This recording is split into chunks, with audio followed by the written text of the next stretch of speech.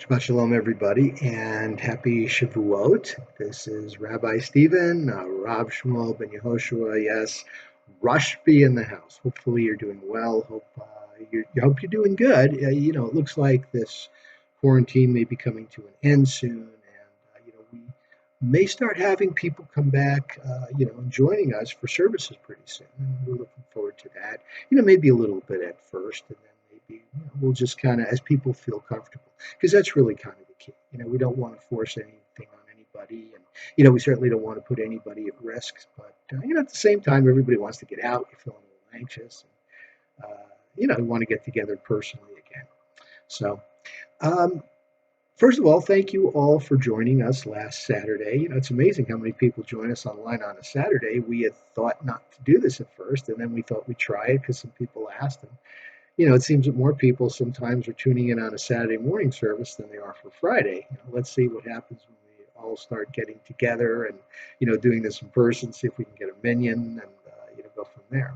But, again, thank you for joining us. Thank you for letting us join you. And, it's just really kind of nice. So, here we are at Shavuot. The counting of the Omer has come to a close. We've counted down to 50 days from Passover, to our first day of Shavuot. And, how time flies when you're having fun.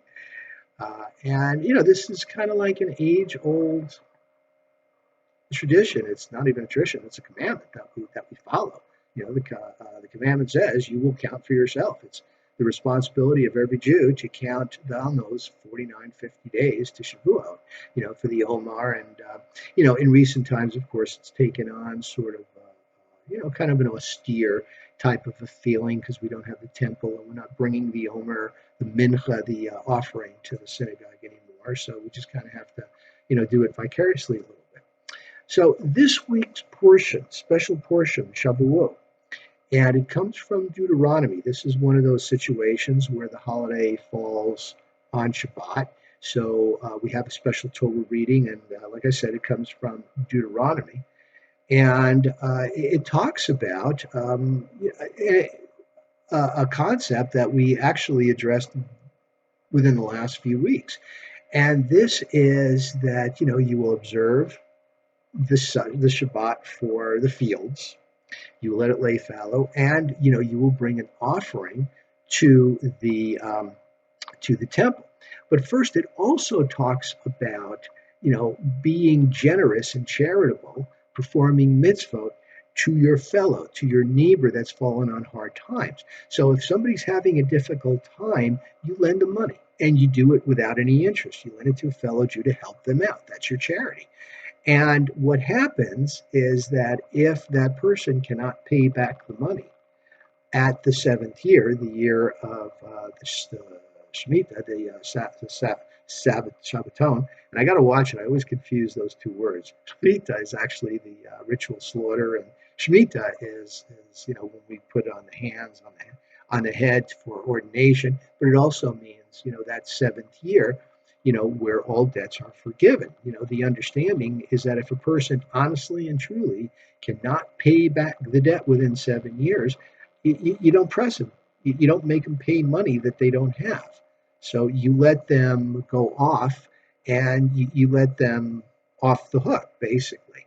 Now, some people say, and this is something that it says in the Torah, it says you don't say, well, I'm going to lend the guy money, and it's only a year for the until the seventh year happens. So if I lend them money, I'm, probably they're not going to be able to pay it back. Maybe I'll wait till after the seventh year. And the Torah, God is very specific. He says, don't do that. Lend them the money. So people say, well, I'm going to lose the money. And God says, no, because basically what's going to happen is, you will gain. You will get this, as we say in modern speak, we've incorporated the word karma into our lexicon. And, God very says, I will reward you for being generous to your fellow. As you are generous to your fellow, I will be generous to you. The other part of it is they talk about the pilgrimage festivals. They talk about how when you walk to, the three times of the year when everybody in the ancient land in Israel would go to the temple for the observance. Shavuot, of course, is one of those pilgrimage festivals, which is one of the reasons why this is the portion for this particular holiday. The fact that if you can't take your sacrifices if it's too long, maybe live in the outer reaches of the land, then what you do is you convert it to cash or kesef, silver money. When you get down to Jerusalem, then you exchange that money for the sacrifice. That's this, and talks about that. It also talks about the idea of the land, leaving the land fallow, but also the various stages of the land. So you're farming the land for 6 years, and of course in the seventh year is Shemitah year is when the land lays fallow, which is why, by the way, which is why or how grain is kosher. Grain is kosher, wheat, barley, whatever, because it comes from a field that's been allowed to rest every 7 years. That's what makes grain kosher. And when you're glad kosher, which is extremely kosher, which is the ultimate kosher, uh, that's one of the things that people that are glad kosher observe. They make sure that the grain has come from that type of a field. But it also in that 3 year, there's in the 6 years, there's 2 3 year cycles. So the first year, your tithe or your tenth of your goods goes to the priests.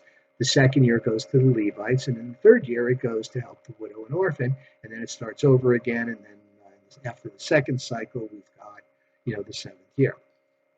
So what's interesting, you might be thinking, is what does this have to do with Shavuot? What is Shavuot? Well, the main part of Shavuot is the giving of the Torah. The second part of Shavuot is the spring harvest. So now we're looking at the agricultural laws and procedures that we follow for that particular time. But again, let's get back to the original part, which is what does this have to do with giving of the Torah? Why not use the portion where, in Exodus, it was the portion of Jethro, in fact, where Moses comes down with the Ten Commandments. Why not do that for Shavuot? Because that's really what Shavuot is there to observe. And that's the first day, actually. That's the reading for the first day, is that Exodus. So you've got both aspects of Shavuot covered. So this year for Shavuot, we have the first day on Friday, and the second day is on Shabbat, which is Saturday, and that's why we do that. This is why we have it all covered. So isn't it interesting, though, that as God has given us his commandments, one of the most important concepts of getting those commandments is the fact that we be charitable. What is mitzvah? It's doing good things. It's doing God's justice on earth, because God's not a physical being. We're physical beings. God has entrusted us with carrying out his laws. And one of the most important things is to do good by other people. That's why, sure, you've got commandments, about the sacrifices, which, in this day and age we can't do because there is no temple. And you've got the commandments that relate directly to God. I am the Lord your God that brought you out of Egypt to be your God. You'll have no other gods before me. Don't use my name in vain. Those class of commandments. But then we've got the other commandments, and the idea of being generous to the widow and the orphan, and the stranger among you. In other words, those less fortunate, is prevalent throughout the Torah. It's prevalent throughout our prayers. We're supposed to be good to people, to help people out, people that may be not able to take care of themselves or may have a challenge in doing that. See? And that's the big part of, that's how we carry out Torah. Let's say you didn't, let's say, for argument's sake, you were Jewish and, you had a hard time carrying out the commandments. What would you say God expects of you in the minimum? And that would be, again, just, to be honest with people, be honest in your business dealings, be charitable, not just when you can, but you do it anyway. Whether you think you can or not. And God says, if you are charitable with other people, I will be charitable to you. Very important concept. So, okay, so we're going to leave it there. Please join us Friday night, 7 o'clock Pacific time. What we're going to do now, Shavuot is one of those times when we do Yizkor, the memorial prayer. And we're going to do that before we start. Now, at this time of the year, Shabbat, really, we can kind of extend it a little bit. We don't exactly have to start Shabbat right at 7, because it stays lighter out. Now, you light the candles and you've started Shabbat, or, when you do that, you can start up to an hour before sundown. So what we're going to do is we're going to take a little liberty with that. Yeah, we're going to do it during the time when you can actually do a mincha. So for the first couple of minutes of the service, we'll do Yizkor, and I'll do, and basically the formula for Yizkor is pretty much the same, just about for whoever you want to honor and whoever of your relatives you want to honor.